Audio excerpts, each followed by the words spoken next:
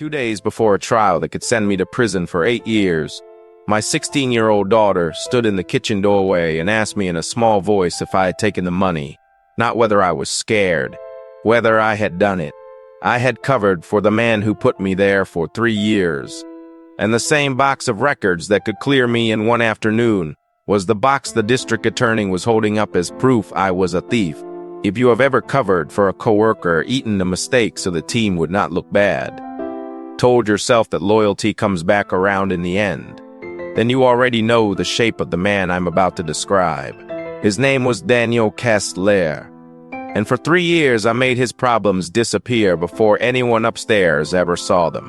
I'm going to tell you how a man like that takes everything you have built and gets you charged with the crime, and what it finally cost him down to the family he married to get where he stood.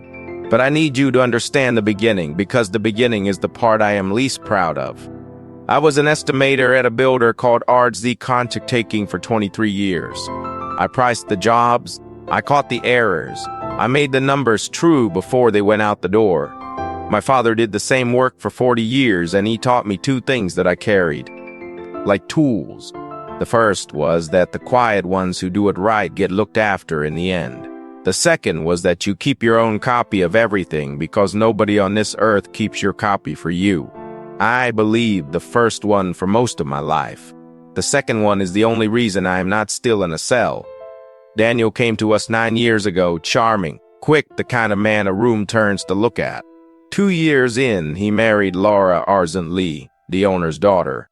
And by that autumn, old Walt had made him a project manager. I did not resent it. I liked him. The first winter, he ran a job on his own. He left a whole line of steel off a bid, a mistake that would have cost the company $90,000 and cost him his standing with his new father-in-law. I found it at 11 at night going through his file, the way I go through everyone's. I did not tell Walt. I ran the numbers again, fixed the bid, and sent Daniel a message that just said, "Got your back. Get some sleep." He called me the next morning, almost crying with relief, and he said the thing he would say to me 100 times over the next 3 years. "You are the only one I trust, Ray. I would be lost without you." I want you to hold on to that sentence. He was more right than either of us knew. The favors got bigger, the way they do. A number that did not sit right on a lumber order, and Daniel would wave it off. The supplier reconciled it, push it through under my authorization. I will answer for it. Duplicate invoice from Colfax Supply. And the same easy voice that is on them, Ray, just code it and move on. I will answer for it. I pushed them through with my login because he was my friend, and because Walt trusted him, and because that is what covering for someone means. And every time, out of the habit my father beat into me, I kept my own copy. Every email, every changed number, every reply where Daniel told me in his own words to let it ride, forwarded to a folder at home. I never even looked at, because looking felt like I did not trust him. What I did not know was that Colfax Supply was billing us for materials that never came off the truck, and that the difference was going into Daniel's pocket through a rep there named Rick Boa. 3 years of it.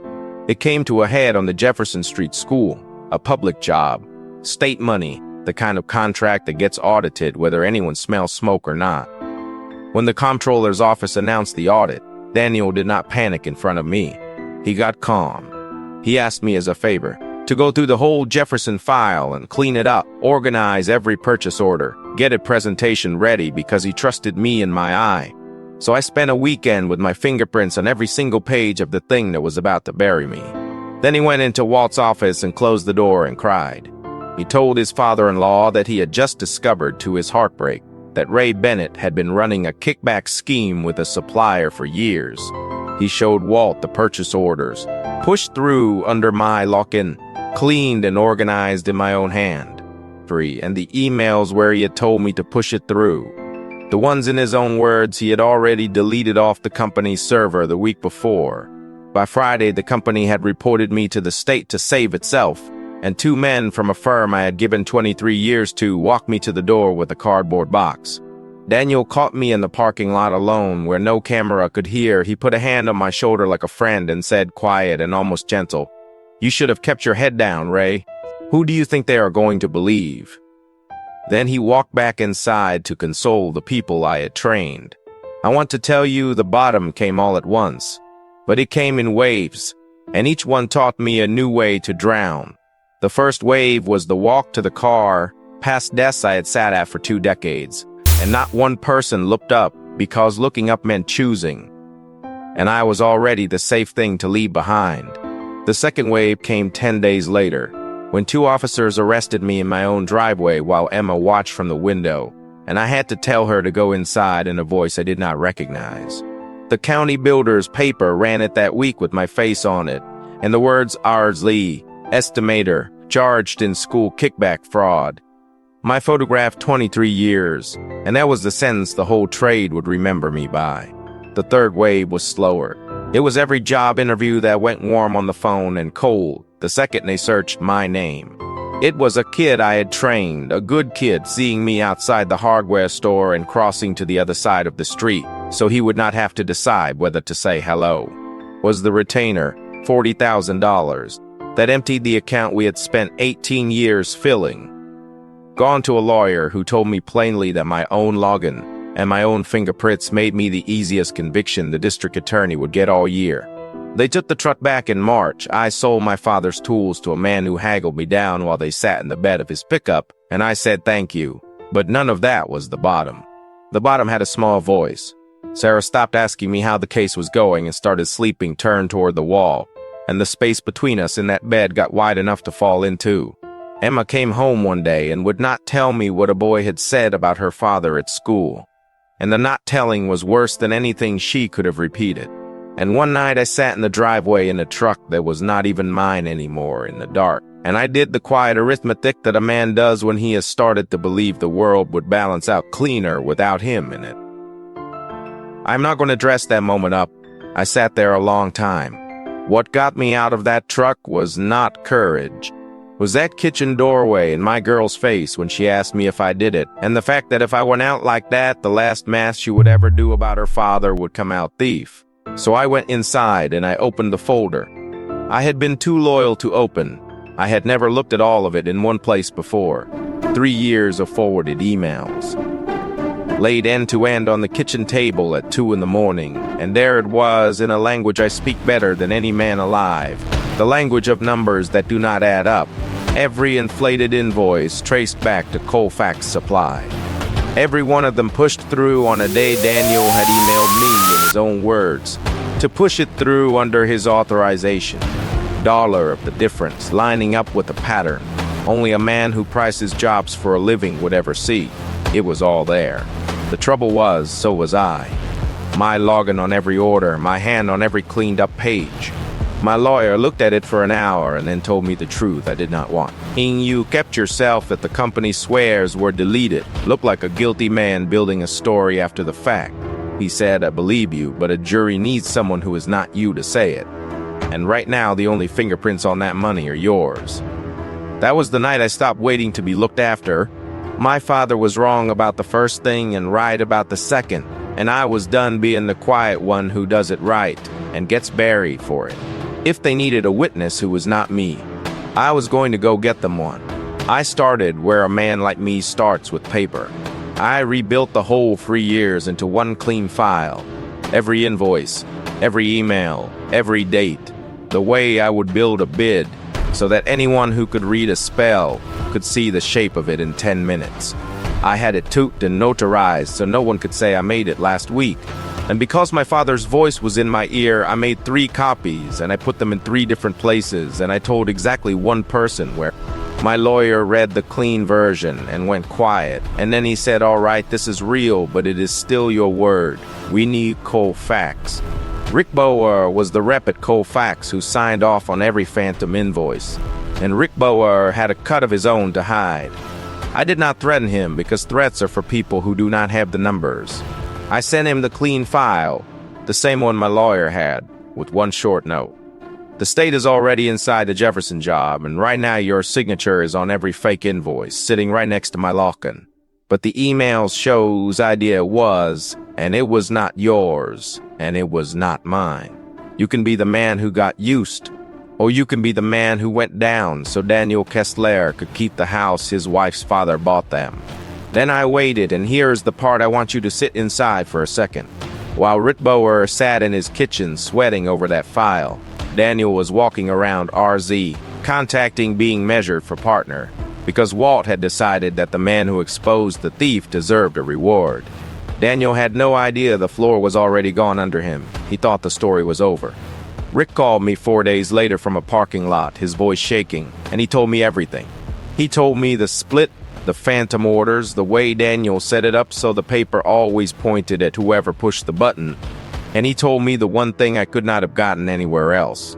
Daniel had texted him for 3 years from a personal phone to arrange every split, keep the paper clean, same as last time, delete this. Rick still had them. My lawyer did not run to the district attorney with it. He did something quieter and much worse for Daniel. We filed a sworn statement in my own defense that named Daniel Kessler and Rick Bower and laid out the scheme, and we let it be known to people who talked that I was not going away quietly. And Daniel did exactly what a cornered man who has always gotten away with it does. He overreached. He convinced Walt that I was slandering the family to save myself, and he sued me for defamation to shut my mouth and to look innocent doing it. He gave a sworn deposition under oath, and he doubled down on every lie because he could not imagine a world where my word beat his. Here is what Daniel did not understand about the lawsuit he filed.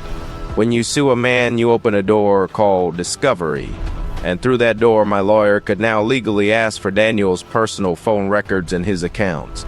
He built the room, and then he handed me the key to it, and then because he had gotten a whiff that Rick had talked to me, he did the last stupid thing. He reached out to Rick to keep him quiet. For about a week, it worked, and I thought I had lost. Rick stopped taking my calls.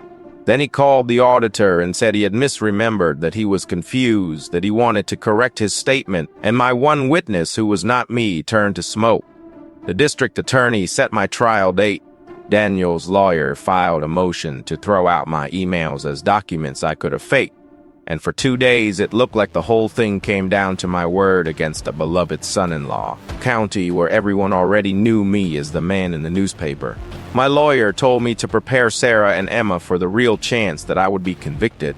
I sat in that kitchen again, and I understood exactly how the man in the driveway had felt. But I had built this like a bid, and a good bid plans for the thing that goes wrong.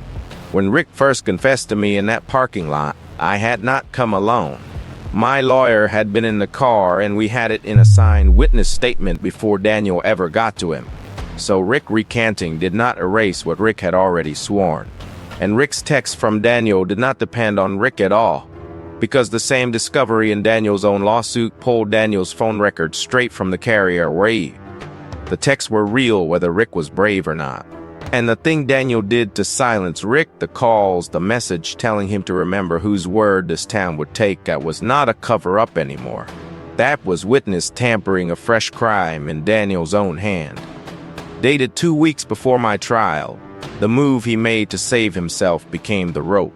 All came down at the public meeting where the state presented the Jefferson audit, in a room with the school board, the press, Walt Ardsley in the front row, and Daniel beside him in a good suit, waiting to watch me get named. Laura sat on Daniel's other side. He had wanted an audience for my ruin, and he got one. I handed everything to the state's investigator weeks before, the clean file, Rick's sworn statement, the subpoenaed texts, all of it, and she had done what auditors do when the numbers finally tell the truth. She followed it. She stood up in front of that room, and she did not say the name Ray Bennett. She said the inflated payments on the Jefferson Street School traced to a single supplier, Colfax Supply. She said the orders were authorized through a company login, but were directed in writing by the project manager. And then she read his own words out loud to the room. Push it through under my authorization. I will answer for it. Daniel's face did not change all at once. It went in pieces. She put up the texts, arranging the split, keep the paper clean, delete this, in the same phone number that made his dinner reservations. She put up the invoices for steel and concrete that the delivery logs prove never arrived. And last, she put up a message dated 2 weeks earlier to a witness, telling him to remember whose word this town would take. The room made a sound I have never forgotten. Low, like the whole crowd exhaling at once. Walter Z turned and looked at the man he had made his heir as if he had never seen him before. Laura stood up and she did not go to her husband. She walked out. Daniel said my name once the way you would grab a railing, and I just looked at him. The way the whole office had looked away from me in the parking lot, and I let him fall. The district attorney dropped every charge against me within the month. Daniel Kessler was charged with fraud, with witness tampering, and with lying under oath in the lawsuit he had filed to bury me. Walt. Leslie cut him out of the company he had married into, and Laura filed the week after that, and he lost piece by piece the family whose respect he had married to get. The same county builder's paper that ran my face over the word fraud ran a correction, and my name cleared. In a column most people would never read, but the people who mattered read it. Walt came to my house, an old man with his hat in his hands, and offered me his company, the whole thing to run. I told him no.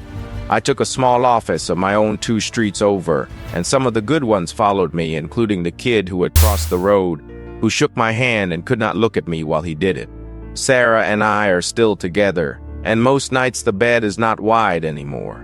But there was a night she slept turned to the wall when she was not sure, and both of us know it is still in the room. And some things you forgive all the way and still do not forget. Emma does not ask me anymore.